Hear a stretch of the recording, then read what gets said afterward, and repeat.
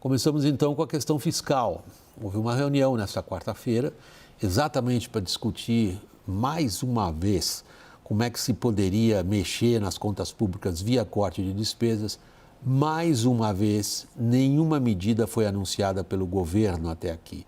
O encontro foi sob a direção do presidente Lula, teve a participação entrando e saindo de 8 ministros, 5 horas eles ficaram nessa conversa, vão de novo se reunir na sexta-feira para a mesma conversa.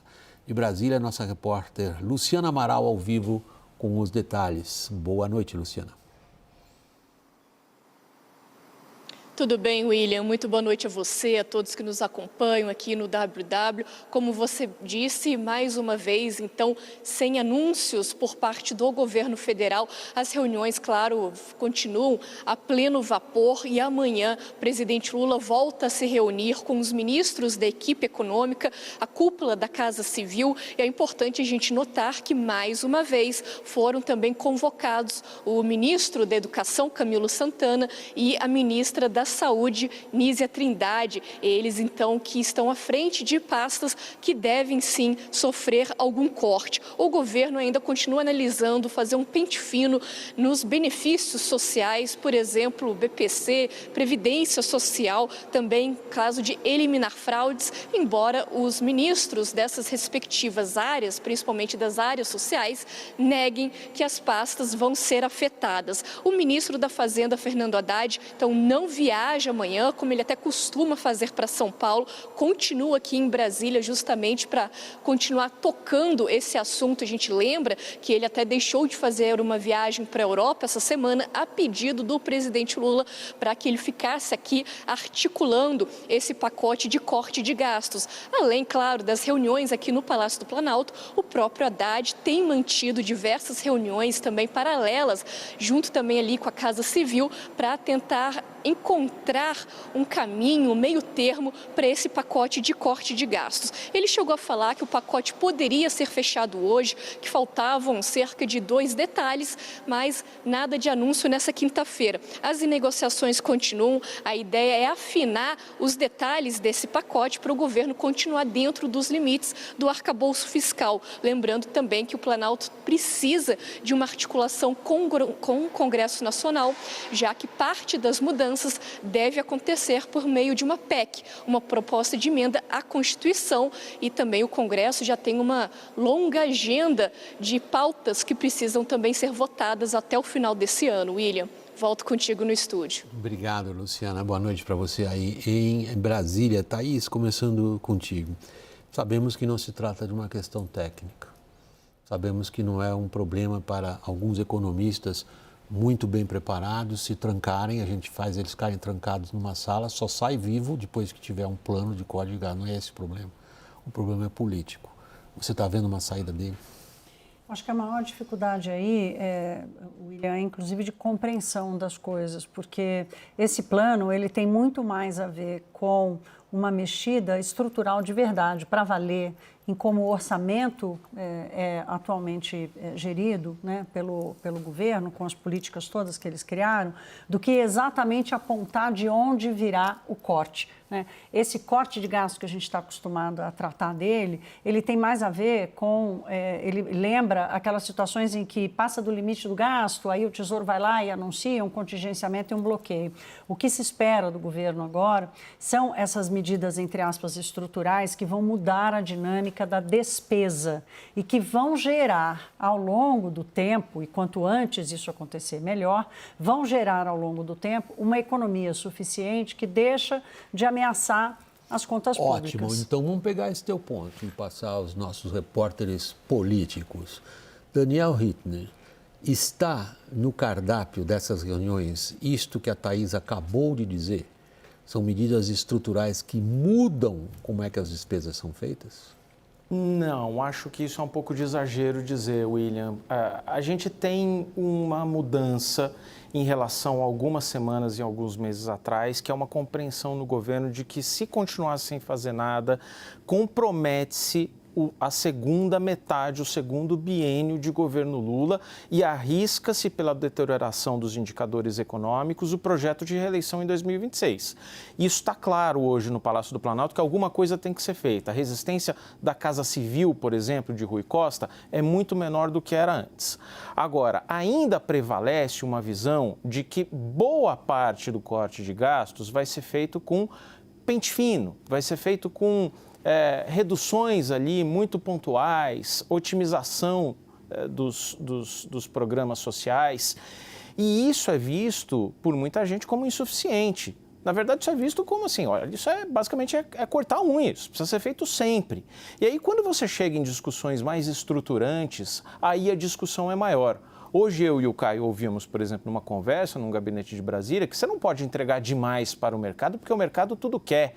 Quanto mais você entrega, mais ele quer, que o mercado, na verdade, quer uma agenda PG de Paulo Guedes, com a chancela do PT, porque tem força popular ou porque tem articulação no Congresso. Ora, isso é uma leitura um pouco deturpada. O governo precisará enfrentar uma agenda mais ambiciosa se quiser exatamente o que ele quer, que é um segundo biênio, uma segunda metade do governo Lula com um pouco mais de calma para esse projeto de reeleição 2026. Os interlocutores de vocês dois hoje nesse mencionado gabinete em Brasília, quando falaram do mercado, eles conseguiram mostrar uma foto 3x4, se está no Zap ou não, e se telefonar para lá quem atende?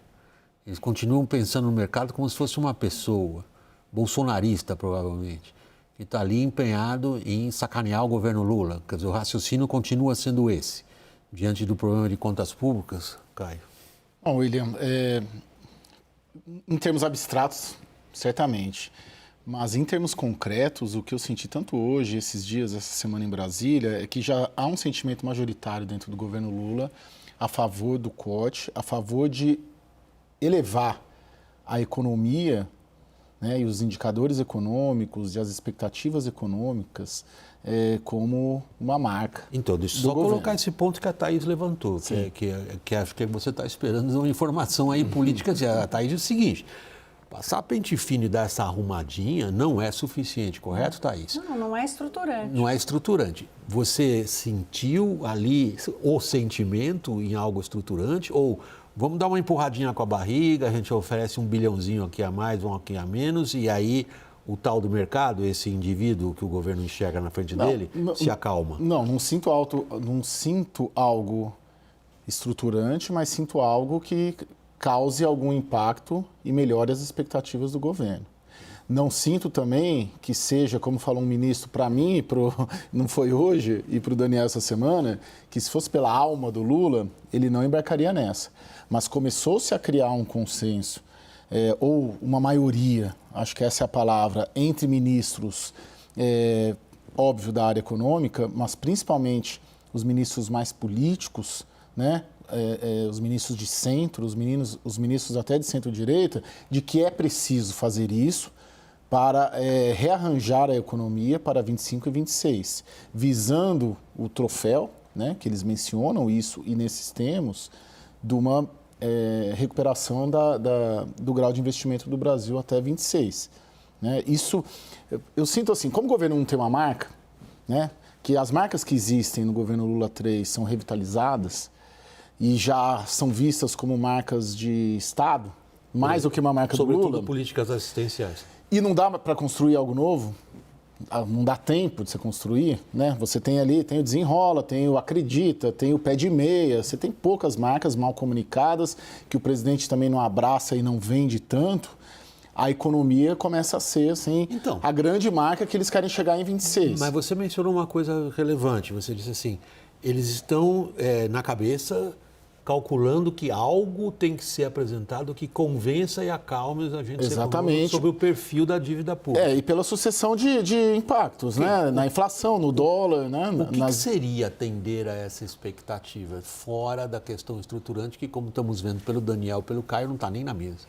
Então, É um William, número. isso é que é muito difícil, porque assim, não existe uma resposta objetiva para isso, entende? Porque assim, essa armadilha que está na frente hoje do governo Lula foi criada pelo próprio governo, né? Não é uma invenção ou uma deturpação da realidade. Eu vou rapidamente aqui lembrar o seguinte, que quando o governo aprova o arcabouço fiscal, ele desfaz o teto de gastos lá, aprovado por Michel Temer, e acaba provocando uma diferença entre os limites que estão impostos pelo arcabouço para todas as despesas e saúde e educação passam a ter outra dinâmica de aumento das despesas. Não vão obedecer ao arcabouço fiscal. Atrelado à receita, né? Atrelada à receita, exatamente. Então, quando a solução apresentada ou sugerida é assim, olha, saúde e educação tem que vir para dentro do arcabouço. As despesas de saúde e educação têm que crescer no mesmo ritmo do que todas as outras despesas que estão dentro do arcabouço fiscal. É apenas isso. O Partido dos Trabalhadores, já lá na época do teto de gastos, dizia isso é corte de gastos, isso vai diminuir gastos com saúde e educação. Isso não aconteceu e a diferença do arcabouço fiscal para o teto de gastos é que no arcabouço tem uma permissão para aumentar acima da inflação. O teto era só a inflação. Então, é uma redução da dinâmica do aumento da despesa. Não é necessariamente um corte, mas é interromper essa dinâmica que vai consumir o arcabouço e o orçamento. Daniel, você está me pedindo a palavra. O que eu detectei de mais estruturante, mas esse estruturante tem que ter aspas, aspas, aspas.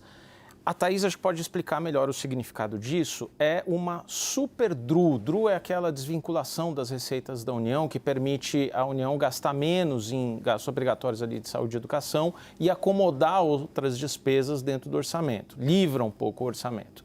E estão falando numa super DRU, só que a DRU existe hoje, com uma data de validade, está terminando e precisa ser estendida. Só que em vez de você estender por tempo indeterminado, por tempo determinado por mais alguns anos, você coloca o seguinte ali na redação da PEC, porque isso precisa ser uma emenda constitucional, até a estabilização da relação dívida-PIB.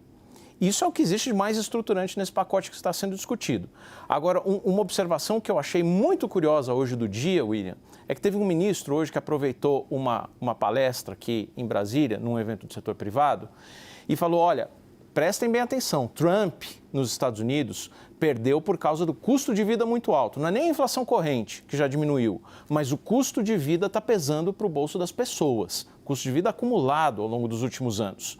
E aqui, quem for tolerante, leniente com a inflação, vai pagar o preço nas urnas. O detalhe é que quem deu esse alerta foi o ministro Pedro Malan do governo Fernando Henrique, não foi ninguém do governo Lula. O Trump não perdeu, não. O Trump ganhou. Ele cometeu ali um ato falho. O Trump perdeu por causa da inflação. Não, a Câmara que perdeu, né? Por causa da inflação. Exatamente, desculpe. Sim, o incumbente, o governo. Isso. Eu entendi, eu percebi, é um lapso, não tem problema nenhum.